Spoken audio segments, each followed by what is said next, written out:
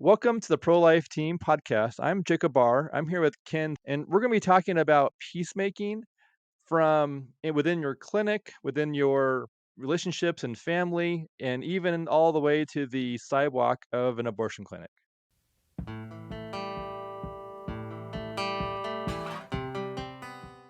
Ken, I'm excited to have you on the ProLife Team podcast. Would you introduce yourself as if you were talking to a small group of executive directors of pregnancy clinics?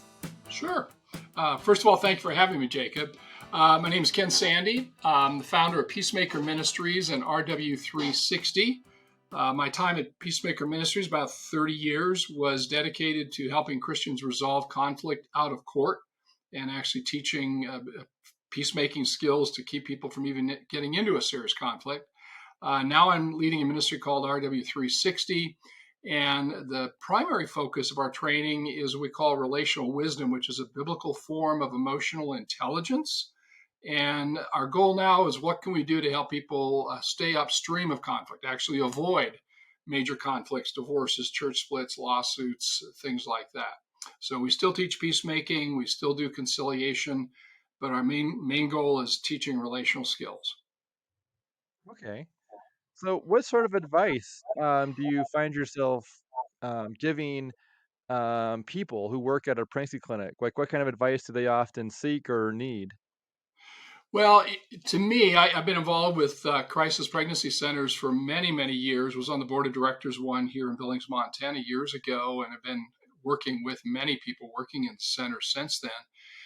Uh, I, I guess the most foundational thing I would say is their work is all about relationship. And yes, there are technical issues they need to have. They need to get their rent and their accounting and all their computers running properly. There's technical issues to be sure. And even the technical issue of having an ultrasound machine, there's medical issues, and you certainly want well trained medical personnel doing a lot of the tests and the advising. But when it really comes down to it, the work in a pregnancy center is really all about relationship, is building trust, what we call gaining passport. What gives me the right to enter into someone else's life, especially the most personal and life changing parts of their life? Hmm. So how do we build trust? How do we really enhance our capacity for empathy and compassion? Many of the people that come into a pregnancy center, like many other places in life where people come for help, the presenting issue is not always the real issue. The presenting issue can be, I've missed a period. I think I might be pregnant. That's a presenting issue. But the deeper one is, I don't want to lose my boyfriend. I don't want to be ashamed in my church. I don't want my parents to, disown me. And those are the deeper underlying issues. It's like an iceberg. What you see of an iceberg above the water is just a fraction of the total iceberg. What's below the water is much deeper. So I always talk to people about relational skills, empathy, peacemaking, emotional intelligence, reading body language, trying to put yourself in the other person's position, those kinds of things. So it's all about relationship. It's all about even lawsuits, frankly, are usually all about relationship.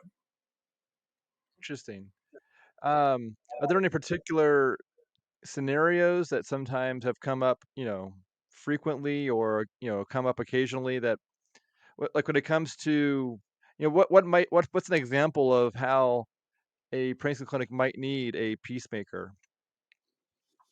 It can happen on several dimensions, Jacob. Just give you sort of a broad spectrum.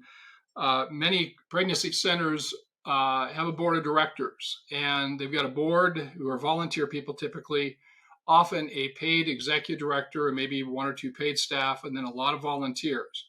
That's a lot of relational circles. Add to that, some centers have got supporting churches with pastors who care about pro-life, but they also want things done in a particular way. And they want certain positions and certain counseling and everything else. So you've got a myriad of potential relational conflicts within the circles involved around a pregnancy center. We're not even talking yet about the clients, about the young woman walking through the door. Just within the clinic itself, we've done quite a few mediations of tensions and conflicts between those various levels of authority and responsibility. So teaching the staff and the board and the supporting church pastors, all those people, some basic relational skills, empathy, managing their emotions, how to do peacemaking, negotiation skills, forgiveness, all those things. The more you weave those skills into all the people within the clinic, the more smoothly the clinic will operate. And just a simple analogy, relational wisdom and peacemaking is like the lubricating oil in a car engine. It's not something you think about much of the time, but if it's not there, you find out real quickly. Yeah, if you lose all your lubricating oil in your car, that engine will seize up. If the people in your clinic don't have good relational skills, peacemaking skills, it will eventually seize up. So that's one sphere, just within the clinic itself.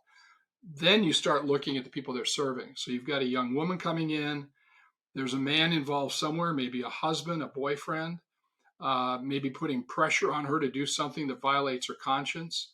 When I was at the CareNet conference recently, I talked to somebody who said that some of the recent studies indicate that the abortion rate among young evangelical women may actually be higher than the population involved in large because of the potential shame. I'm a Christian. The people in my church may reject me or judge me.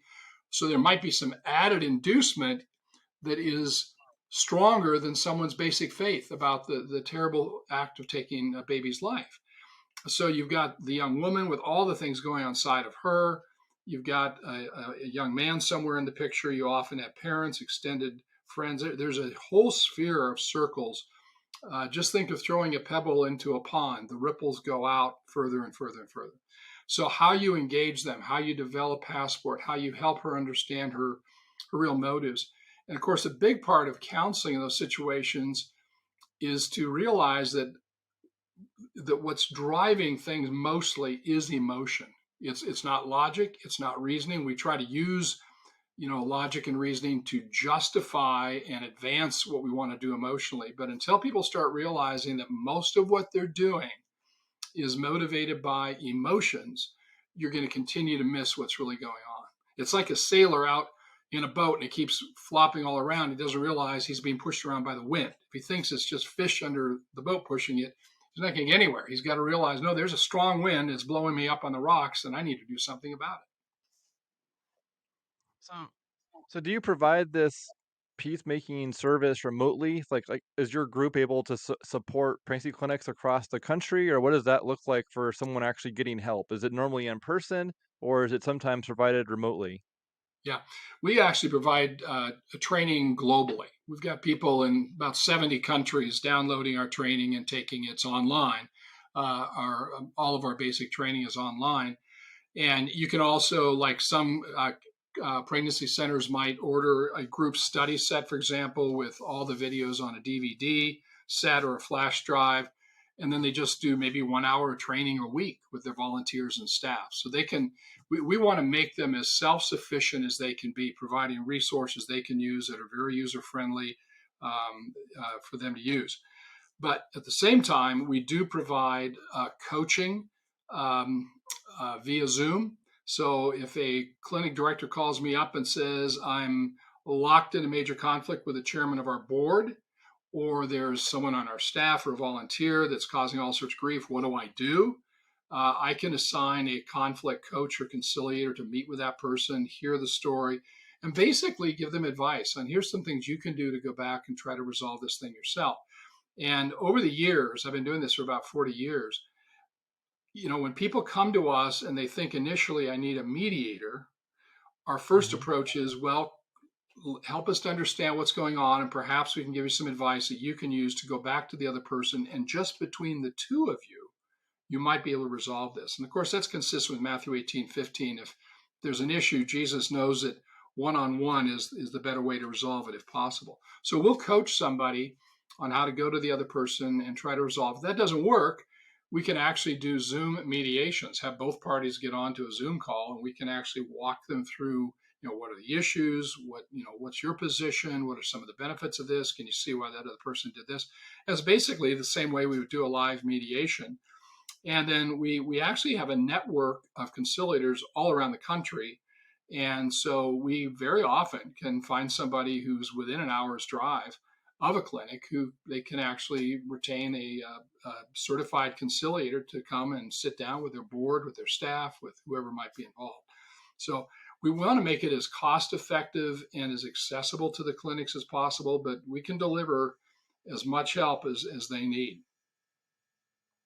Can you expand on a reference in was it Matthew 18:15? Is that what you said?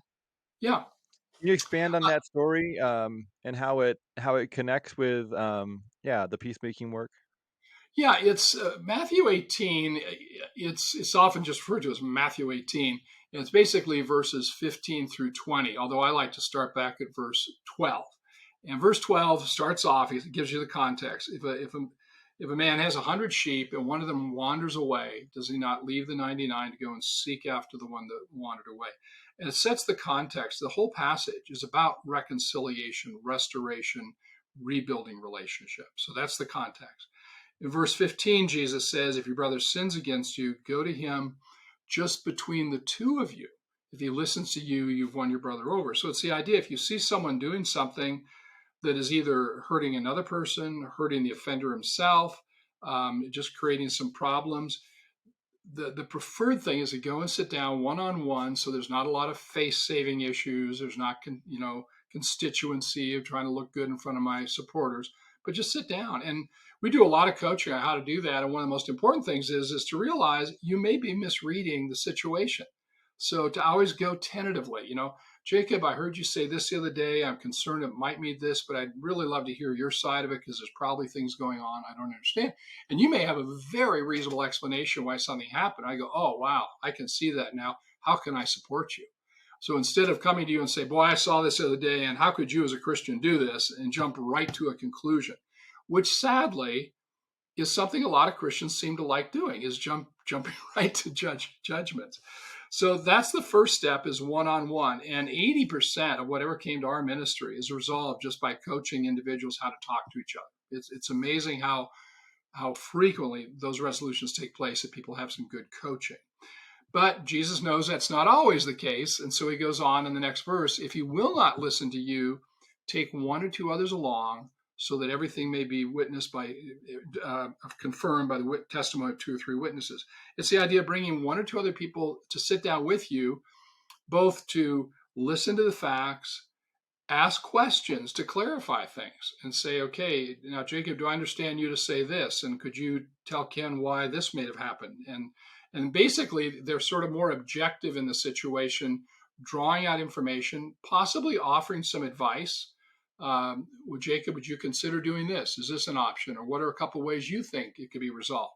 And they're trying to facilitate a conversation that may have started off with just two rigid positions. A board chair saying the executive director's got to go. She's just not competent. And the executive director said, I don't want to lose my job. I'm like, you need to leave the board. And so here's two locked in positions to begin with that could turn into just a power struggle and a tug of war. A mediator, this one or two other people that comes and sits down, could say, now, why do you think she's not competent? Why do you think the board chair is not this? What can be done here? Where can we clear up misunderstandings? How could you learn to work with each other? And of course, that's throughout the Bible. You look throughout the Bible, there's people in conflict, and often someone else, a wise person, comes and meets with them and helps them to work out their differences and continue working together. So that's what we call mediation. But Jesus knows even that may not work at times. So in verse 17, he says, if he will not listen to them, the one or two witnesses, tell it to the church. And now we're talking about formal church discipline, bringing in the ecclesiastical authority of the church. So this might be, taking it out of the crisis pregnancy center, just a business context where someone's involved in some, arguably dishonest business practices, making commitments, not keeping his word, possibly defrauding people. Church leaders should be concerned about that here's someone who's a member of First Church, and yet he's getting a reputation in the community of being a crook, and to sit down and really challenge him on that. I've been involved in those cases where somebody really was being dishonest, was dishonoring God, diminishing the witness of the church and community. And thank God the leaders got involved. In some cases, God used him to bring that person to repentance, making restitution to the people he'd wronged. And in other cases, they hardened their heart. And that goes on to the next verse, verse 20. If you will not listen to them, treat him as you would a pagan or tax collector, and that's formal church discipline and excommunication, which doesn't happen often these days. Most churches are afraid to go that far. And if you do the other steps well, you rarely get to that point. But it's still a potential thing where somebody is removed from church fellowship. But it's basically a procedural passage. You want to keep things as small as possible, as long as possible. So starting one-on-one, then maybe one or two other people, and then you slowly build it up from there. So that would be, for example, a conflict between, as I said, an executive director, a board chair. They can't work it out. Maybe there's someone else on the board or a pastor in the community they both respect, and they just say, hey, can we sit down? We'd love to have your advice on this. Or they call us and we provide a professionally trained person to help them. Is it sometimes hard to find someone who is respected by the other party as well? Or like trying to find that common trusted person? It can be, and this is one of the reasons, Jacob, why we recommend that people make a commitment to a conciliation process before a conflict comes up. Because if two people get a conflict, let's say you and I had a conflict, and then I came to you and said, hey, Jacob, I heard about this group called Peacemaker. I want to go to them. Your first instinct is going to be, oh, yeah, right. You want to bring them in, so they must be on your side, so I don't want it. And so if you wait till there's a conflict for one party to suggest it, it'll be suspect. But if when you're first, for example, if every crisis pregnancy center today, went to our website, looked at the information on binding conciliation clauses, they could say, hey, we're going to add this to our bylaws. And we're going to just say that if there's a conflict that we can't resolve internally, rather than take extreme measures to go to court, we will contact RW360 and ask them to provide a conciliator to work with us. So it's agreed on when everybody's getting along. And so it's there. And, just give me an example. I was talking to a Christian architect, and he told me that for years and years, he had averaged the filing of at least one significant lawsuit a year because of his work as an architect, some dissatisfied customer. And some of them actually occasionally went to trial, but at least there was a filing, negotiation, legal fees, etc. He said, ever since he put a conciliation clause in all of his contracts, he said, I haven't had a lawsuit filed since then, because simply remembering that we committed, if there's a conflict, we're going to resolve it biblically, gets me and the church to say, oh, hold it now. We're mad at each other, but we agreed not to go to court. Let's sit down and talk this through. And he said, normally what he does, he calls up the church and said, the pastor says, let's go and have lunch. Let's talk this through. He resolves it. Now that's bad news for attorneys because they're not getting big, attorney's fees for those cases. But the architect was real happy. Just having the clause in there reminded him, we're going to resolve this in a conciliatory way. So how might a pregnancy clinic, I'm imagining like when a board member signs on for a 2-year term or the length of the term, that's probably a really good piece to have as part of that onboarding of a new staff member or board member or volunteer, perhaps even, or any position that might, merit a peacemaker clause that we're going to, peacefully decide now that we're all, there is no problem, so that when a problem does arise, we'll, Yep. go about this in a healthy biblical way. Right. Yeah, they could, and there's a lot of ways to do that. You can put a legally binding contract or clause into your bylaws, for example, and that's legally binding if someone tries to sue it. But even short of a legally binding thing, you could just put in a statement of commitment of intent. I mean, every board should have some guidelines. You better have some bylaws and things like that. And you could just simply put something in there saying, if we have a conflict, we'll resolve it according to the Peacemaker's Pledge, which is found in Ken Sande's book, The Peacemaker. And there's an appendix. It's just a very simple pledge that has 4 basic commitments. We call them the 4 G's. When we resolve a conflict, goal number 1 is to glorify God. Goal number 2 is to get the log out of our own eye, take responsibility for our contribution. Goal number 3 is to gently restore. If I'm going to confront somebody, I'm going to do it gently with an idea of redemption and restoration. And goal number 4 is going to be reconciled, calling the 4 G's. And a lot of churches use that as a pledge in their membership classes. People pledge to follow those. I mean, those 4 G's are right out of the Bible. They're basic peacemaking concepts. So you could put it in your organizational bylaws. You could put it into your employee or your volunteer manual for the center itself. You could provide, for what, $13, $14, you provide everybody in the clinic with a copy of my book, The Peacemaker, and just say these are principles we're going to follow if we're in conflict, and we want to just give this to you as a recognition of your volunteering. That's a very worthwhile investment, for $14, $15, and encouraging people to go through it.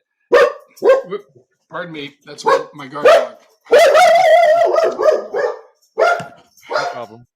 I hope you can edit that out. I just got Well, we a gotta somehow Labrador. keep it in. It sounds like um, you're probably getting a delivery. My dogs always do that when someone walks up to the door. he heard something. There's something up there waiting for him, obviously. And my wife is not here to calm him down, so sorry about that. It's okay. But So anyway, the other thing to do is just come to our website. We've got a lot of training options there at all sorts of levels, and I'll tell you what the the highest level. What I would strongly recommend. I did this at the CareNet conference. Is to actually form what we call a peace sower team within the pregnancy center. And what a peace sower team is, it's modeled after Exodus 18, where when Moses led the nation of Israel out of Egypt, he was trying to resolve all the conflicts for the whole nation all by himself. And he was burning himself out. So his father-in-law said, no, you need to delegate. You need to have some other people helping you out. And so they found other wise and respected people to take on a lot of that responsibility. So same thing in a clinic. And the team, what we recommend, we've developed materials where you could train one or two people to be what we call relational wisdom instructors. And they're responsible for just teaching new people coming in, refreshments, refreshing people's memory of these things, because we do tend to forget things over time. So the instructors just keep training. The coaches are there just to talk to individuals. If someone's got a conflict and they need some advice on how to handle it, they come to one of the RW coaches. And then the conciliators, that's the highest level of training, are people who are actually trained as mediators. And they can actually sit down with two parties, identify issues, walk them through a conversation process to find agreement. And our goal, we're training, setting up these teams in churches, parachurch ministries, Christian-owned businesses. It's, to use an analogy, it's like in Montana, we have a lot of rural communities that don't have enough of a tax base to have full-time fire departments. So what do? They get volunteers who get trained on how to put out fires, and they carry a pager around. And if a fire starts, they run down to the firehouse, open the door, hop in the truck, go out and put out the fire. But they're not full-time. They're out ranching and farming most of the time. So the same thing in a clinic, you can get volunteers who are trained in these skills, who are available when the fires of conflict come out. And one of the benefits is a lot of people do go after the training, or people say, I can use this in the other part of my life. I'm a manager down at a local business, and these are things I'm dealing with all the time. So this training it's a win-win for me. That's awesome. Yeah, it makes sense that these principles would apply in all relationships, not just the ones within the clinic. And When it not only comes that, to yeah. I would just say the place where I've applied these principles the most is my family. I mean, just Oh, okay. get a couple of teenagers and you'll have to learn about negotiation and peacemaking and arbitration. My wife always called herself a domestic arbitrator. So that's where all my best stories come from, is my own family. So when it comes to negotiating, what's I guess the alternative to negotiating would be like all or nothing, like someone that's not willing um to land somewhere in the middle between two people's wants. What is the Bible like? How does the Bible speak to negotiating versus all or nothing? And Yeah, like, what would be like the right example to negotiate, and then the right example maybe to hold an all or nothing position sure. if there is one? We would certainly need to hold an all or nothing position on things that the Bible teaches are all or nothing. Murder is wrong. Um, I'm not going to compromise my position of being pro-life. That unborn child is a human being made in the image of God. I'm not going to compromise that. I know that at a legislative level, probably there will have to be compromises at what time and everything else. So there will be necessity there. But in terms of the things we do day to day, if the Bible is clear and explicit on something, we can't compromise. but the vast majority of conflicts in life are not black and white issues. It might be, do we hire a new assistant director for the clinic? Okay, the Bible doesn't speak to that. Um, do we expand the board? Do we do this training for people? Do we take this position in our counseling? And what we want to do, there's several really good examples of negotiation narratives in the Bible. First Daniel 1, where Daniel basically has to negotiate with his captors about the dietary, the diet they're imposing on the Jewish people they brought into Babylon, and he negotiates very effectively so he doesn't have to violate his religious beliefs, dietary beliefs, but he's able to still accomplish what the king really wants, is to have healthy servants. Another, probably the preeminent negotiation example in the Bible, would be 1 Samuel 25. And this is where Abigail basically is facing David and 400 men who are about to slaughter everybody on the farm. And this one woman stands up to David and negotiates a settlement that saves his reputation and the lives of dozens of people. She's like the preeminent negotiator in Scripture. But the principle in all of those cases, both the ones I just gave you and in real life, is laid out pretty well just in in Philippians 2, 3, and 4, where Paul says, each of you should look, he says, do nothing out of selfish ambition or vain conceit, but in humility, consider others better than yourselves. Be willing to listen to the other person and recognize he may have a better idea than I do. If I just listen, he might actually give me some better insights. But then it goes on, it says, each of you should look not only to your own interests, but also to the interests of others. Now, it doesn't say forget your interests, just give up everything. It says you can look out for your interests, but at the same time, find a way to look out for the interests of the other person as well. And that's the most effective negotiation, not only in a clinic. This goes on with international diplomacy today. The most effective diplomats are the ones that understand, okay, what is the interest of this country? What is the interest of the country I'm serving? And how do we find an agreement where both sides can actually say, that's something I can support? And so I study negotiation all the time. It's fascinating, the people that are really good at it. So the best negotiator is the one that can understand the other person's interest, sometimes even better than the other person understands his own interest. And that's what Abigail does. She understands David's interest even better than he does, because he's being what's called amygdala hijacked. His emotions are just driving him, and he's not thinking rationally at all. And Abigail discerns what's going on, reminds him of what his real interests are, settles the whole thing. So it's one of my favorite topics to teach on, and we use an acrostic called the PAUSE principle: prepare, affirm relationships, understand interests, search for creative solutions, and evaluate options objectively and creatively. And we teach that to thousands and thousands of people every year. Hmm. So, out of all the people that come, that are seeking out a peacemaker, how do you rank a given scenario or problem? Is it based off of, like a scale of 1 to 10, or are there some that you would say you don't need a peacemaker? This isn't at that level, or what would be like, the smallest problem that would deserve a peacemaker? Like, how would you Yeah. sort of define, whether a peacemaker is needed or not when it's on sort of on the smaller numbers on that Yeah. scale? It's not so much the size of the dispute, so to speak. It's about how teachable the parties are. Okay. And, I've talked to people that had, a $5 million contract dispute. And yet, as I talked to one of them and helped him to realize, yeah, I was sort of vague on this and I did promise this, I can see why the other guy is unhappy. And say, well, why don't you go back to him and just, approach him on that thing? So the monetary size, you can have a $10 dispute where people are locked in and rigid and they won't budge. It may not be worth bringing a mediator for $10, but it's really not so much the size of the dispute as it is about how teachable the parties are. And what I look for Okay. is their humility, where people are willing to say, I might not be reading this entirely accurately. So humility, and then flexibility is, am I open to changing some of my ways, and teachability. And so if you got humility, teachability, and flexibility, those situations are usually very easy to help people work through. But those are Right. those are character quality, and that's why we back up our mediation a lot with prayer. Because when I come into a dispute, people are usually pretty rigid and pretty self-righteous, and we need the Holy Spirit to soften some hearts. Yeah, I can see that.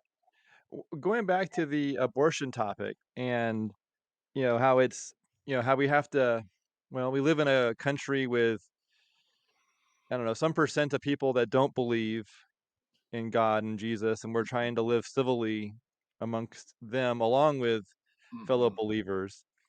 So there's some groups that they're like abolitionists, where they sort of want all or nothing.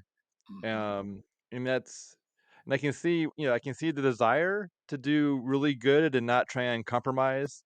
But then I can also see, it seems like the mainstream or a large number of pro-life groups are trying to save as many lives as possible.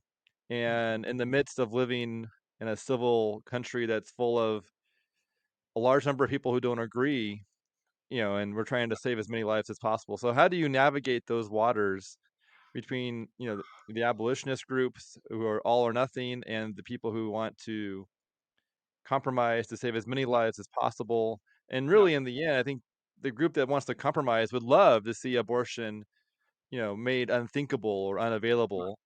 Right. But we're also at the same time, trying to navigate the fact that we live in a country that's full of people who have different Right. positions. Right. Well, I certainly wouldn't pretend to have all the answers there, Jacob. A couple of broad principles.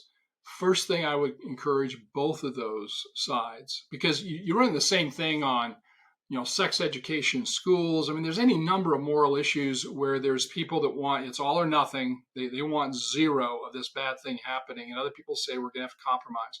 So any number of moral issues, you can have that dichotomy. First thing I would say is try to avoid the temptation to judge other people who are on your side of the line, but maybe not as far or further than you are. So, if you may be an abolitionist, I'm more of a let's find a compromise. But for me to respect and say, listen, I understand why you have that position, and I respect, and frankly, I wish your position would prevail. But practically speaking, I think this is the better thing. But for us not to judge each other and then start shooting arrows at each other. And that's one of the ways the enemy really weakens the church. He gets believers to be shooting more at each other than we do Mm, at the true enemy, Satan himself and all the lies he dispenses. So that's number one. Avoid the temptation to judge. One of the things we teach is the concept of charitable judgments. It's an old concept you don't hear a lot about, but it basically is when you have a set of facts that indicate someone else may have done something wrong, but it's not conclusive, believe the best about people until you have facts to prove otherwise. So instead of jumping to the worst possible conclusion, give them some charity and say, listen, I can see why you do that. It's not the position I would take. I think this is where we need to be. And I know there's even some strategic things that come up in negotiating these things, and that is if we reach a compromise with the other side, at the 80% level, then we'll lose all the momentum to go to 100%. And so there's even legislative strategies that people can reasonably disagree on, and not necessarily right or wrong. You just have to decide which one will I follow. Secondly, in dealing with people on the other side, I found whether you're dealing with gender issues, sexuality issues, any number of moral issues, I've found that there are some people who are extreme on the other side that no level of conversation and negotiation is going to budge them. They've got an agenda, they're going to push it, and every inch I give is just an inch they'll take and give nothing in return. So you have to realize, is this person that I'm dealing with resolute and unwilling to budge on anything? And I would, with that kind of person, I would have to be equally resolute on my position. But there's a much larger group I found in these categories who sincerely believe in their position, but they're not militant about it. They're not going to just try to force this and cram it down. I mean, you look at the gay lesbian issue. I believe it's If people have that inclination, this is not my belief, but they would say, I think it's just an inclination, and we just want to live in peace. We don't want to be discriminated against. So there's a lot of people that may be gay that aren't militant. They don't want to force through legislation. They don't want to shut down a wedding cake, business. And those are people you can actually talk to and dialogue, and they might say, I never thought of it that way. I can see this. And so you have to discern, am I dealing with somebody who is teachable, humble, flexible, or somebody who is resolute and militant? So trying to identify those two things. And I run into that when I travel on an airplane. If I'm talking to somebody about any of these issues, I try very quickly to figure out, am I dealing with somebody who is just militant on this issue, in which case there's not much point in going further? Or Mhm. is this a person that if I ask some questions, they might get off this plane and be thinking about it and say, oh, I hadn't thought of it that way before. And that's one of the most powerful ways to engage the teachable people is not with a lecture, it's with a question, and with a question that will haunt them days after they've had their conversation with you.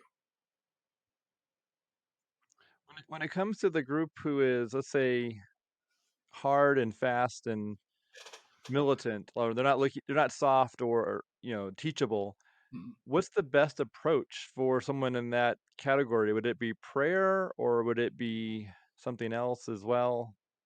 I would certainly pray, because God seems to delight in say, okay, he looks around and say, okay, who would everyone else say is impossible to change? Oh, there he is, this guy named Saul from Tarsus. And I'm going to change him into my apostle to the Gentiles. I mean, it's like the most extreme whiplash in the history of mankind. And so, by all means, pray. Um, and the last chapter of my book, The Peacemaker, is overcoming evil with good. What do you do with people who will not negotiate, who will not repent, who will not forgive, everything else? You don't close the Bible and say, I tried it, close the Bible, do it my way. No, you dig deeper into the Bible, because the Bible is filled with examples of dealing with resolute, militant people. And one of the principles there is the last part of Romans 12 says, do not be overcome by evil. No, it says, if your enemy is hungry, give him something to eat. If he's thirsty, give him something to drink. Do not be overcome by evil, but overcome evil with good. And so the idea, I've had situations where the final weapon we have. Sorry about the watchdog. It's okay. Okay, where the final weapon is, how can I bless and serve the other person? And do you have time for about a 3-minute example of that? Sure, sure. Okay, a friend of mine lived in a house. There was a gully behind the house with a stream in it, and then a house on the other side. Two rows of houses separated by this little gully and a stream. He got into a conflict with the homeowner across the stream about the boundary line, where it was, and used to run with the stream, but it changed course. And she was chopping down trees that he thought were his. They couldn't work it out. They got into a lawsuit about it, and he felt bad because he's a certified peacemaker. He called me and said, Ken, I'm ashamed. I can't resolve this thing. I'm involved in a lawsuit. That's the last thing I want to do. And he was standing in his back patio one night, looking across the gully at the house over there. He just said, Lord, I feel like such a failure. Show me what I can do. How can I somehow find a way of agreement and peace with my neighbor? He said, literally at that moment, all the lights on the other side of the gully went out. There was a power outage. And the first thing that came to his mind was he'd been in her house one time when they were first trying to talk. She had this huge, giant aquarium with all sorts of exotic fish in it. And it's just like he suddenly had a picture of that in his mind. He thought, wow, if she's without power and there's no aerator going, maybe it's going to harm her fish. Maybe she needs electricity. And he just wrestled for just a moment, but he just felt God telling him, take her electricity. And he ran out into his garage, got his extension cords, plugged them into the patio outlet in the back of his house, down the gully, across, up to her patio, had just enough to reach her patio, knocked on the door. She came out to the door holding a candle or something, and she said, what do you want? He said, well, I saw your power's out. I was concerned for your fish. So I brought you some electricity. Aw. And she just looked at this extension cord, and she didn't know what to do. I mean, it's just, if your enemy is hungry, give him something to eat. If he's thirsty. And about 3 seconds later, Jacob, the electricity came on. And my friend said, Ken, if I had hesitated 3 seconds longer in obeying God, it would have been too late. And Yeah. so she looked at the extension cord. She said, well, the power's back on. I don't need it. He said, he still held it out to her. He said, well, it may go out again. You don't know. So why don't you just hold this on for the night? And she took that cord. And Rich said at that moment, he was overwhelmed with a sense of love for her. The whole thing about blessing our enemy isn't so much to make them love us, it's to help us love them. And so he Wow. went back, slept like a baby. Next morning, he got up, all the extension cords are wrapped up on his patio. He's standing out on the front sidewalk the next morning. She drives by, stops, thanks him for the electricity. And Rich just senses there's a softening of attitude. He said, listen, I feel bad about the lawsuit. Could we try to sit down this evening and still work this out? She said, yeah, I'd like to do that. They settled it. So Oh, that's awesome. just pray for son. Lord, can I pray for the I had one legal secretary just started making fresh bread for her boss, who was a really unkind, harsh boss. And every morning he came in, there's a fresh loaf of warm bread on his desk. It just softened him. So God's got so many wisdom principles, Jacob, so many powerful principles, and Christians just don't tap into this arsenal of wisdom and grace in the Bible. Well, that's a beautiful story. I was just gonna ask you to share a story that shows God's fingerprints, and I think you just did. I think yeah, it's such a touching story, yeah, and if he would have waited, his opportunity to extend, you know, that peace offering would have, Yeah. expired, What and comes to my mind as we're talking, and I don't know if it's God or just me, but this idea of he's hungry, thirsty, I'm just wondering, and maybe some clinics already do this, but if a boyfriend dropped his girlfriend off and he's trying to force her to get an abortion, he's sitting in the parking lot. What about having just a standard practice that anytime someone's parked out there, someone from the clinic walks out with a cup of coffee and a donut and says, "Hey, we know you're waiting out here. Just thought you might appreciate this." I mean, oh, just yeah. something that's simple. That's simple. Who knows? Because see, So here's the speaking that key. yeah, Let me just say, here's the key. It's not so much the power of what we do. It's the little teeny things we do that God, through His Holy Spirit, can magnify the impact. It's the Holy Spirit ultimately. So it's not even how brilliant my words are in debating. It's if I am speaking out of love for Christ, doing the best that I can, praying, Lord, my words are feeble. I don't know how to do it, but I know you're powerful. He can take the simplest little thing that I say or do, and he can supercharge it. Supercharge it. so one final question, that I can think of. So when someone's on the sidewalk of a Planned Parenthood or an abortion clinic, and let's say that, they're praying there, on the sidewalk, and then the Planned Parenthood escorts are possibly instructed to not dialogue. Right. What might be something good to say out loud, even though they may not respond because they may have been instructed to not respond? But what would be something good, or what would be like a healthy conversation to have? Like, would it be good to pray for them in a way that they can hear, or does that almost come off as like belittling and maybe not full of humility? I'm not sure. Yeah. Um, It's been a long time since I've been out there myself. I've got a lot of friends in my church are out there. They'd probably have a better answer yeah, for that. But here's a couple things come to mind. Number one, never underestimate the power of a smile. One of yes. the things that we teach in our course is just the whole idea of just smiling. There's God has wired us where smiles are significant. To just smile at somebody, and the main thing I'd be praying about is say, Lord, help me to love this person. Help me to love this person with the love of Christ. And if you're filled with the love of Christ toward that escort person, somehow then you're a more open channel for the love of Christ. So I would say, first of all, Lord, I need help in my heart. I'm judging this person. I'm bitter toward this person. I want to condemn. And Lord, I confess that as sin. And I ask you to forgive me. So please fill me to full with the love of Christ, that it's overflowing so much it splashes on that person. And one way is through my countenance, just the look on my face. And of course, there's stories of martyred Christians throughout history that the love of Christ. I mean, think of Stephen as they were stoning him.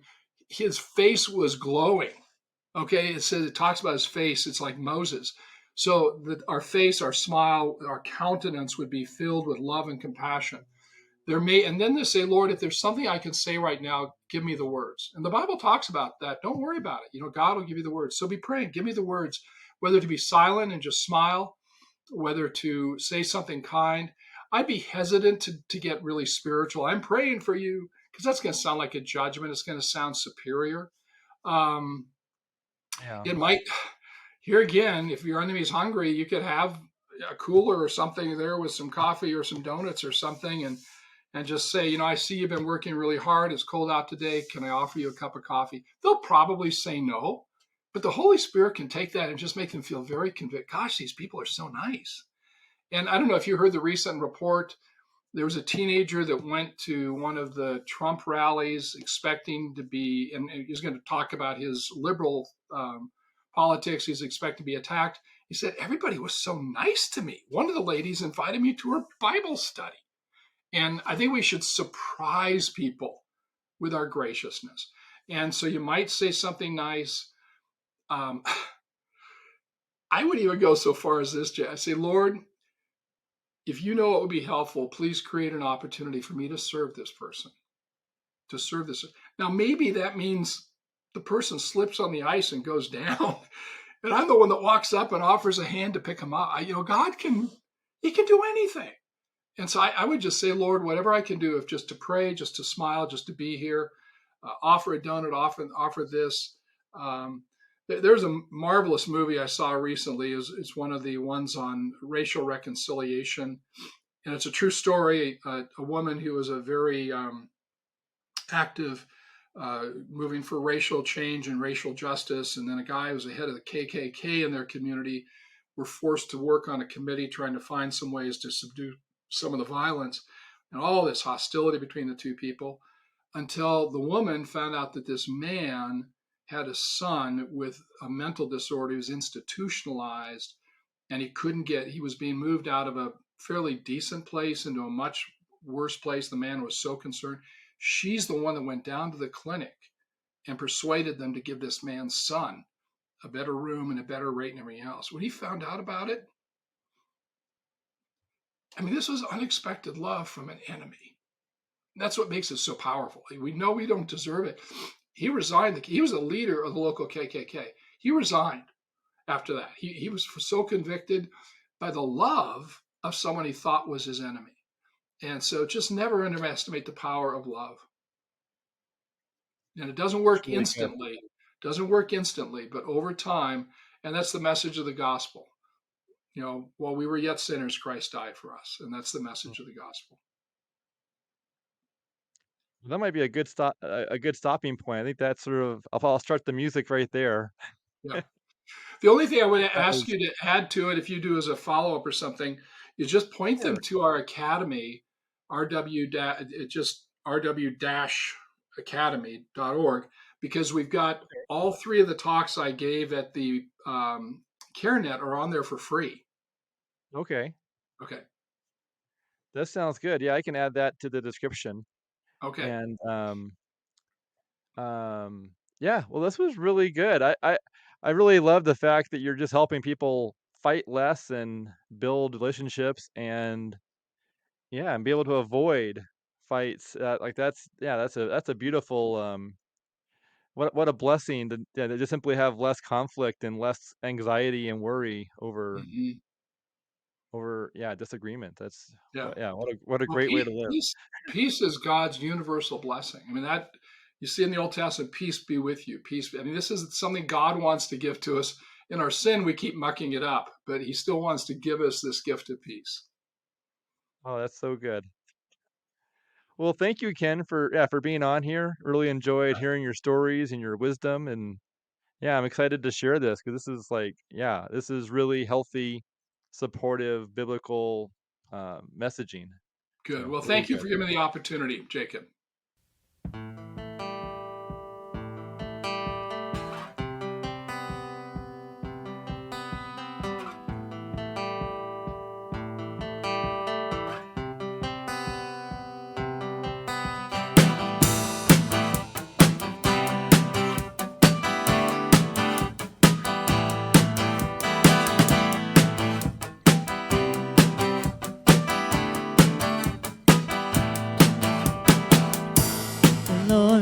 shepherd, I shall not be in want.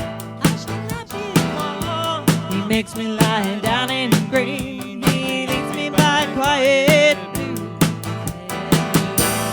Yeah, though I walk through darkest valleys, you are near me. Your protection and guidance are comforting me everywhere that I go. Oh,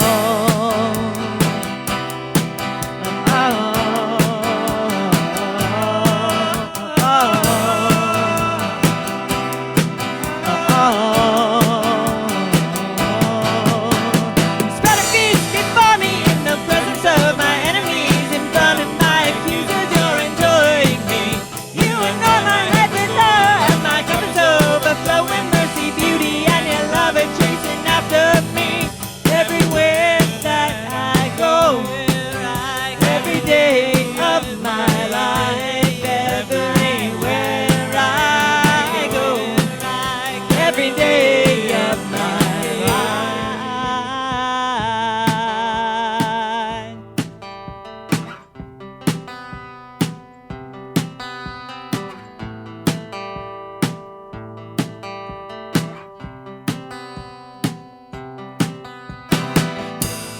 You refresh and restore my soul. You lead me in righteous pathways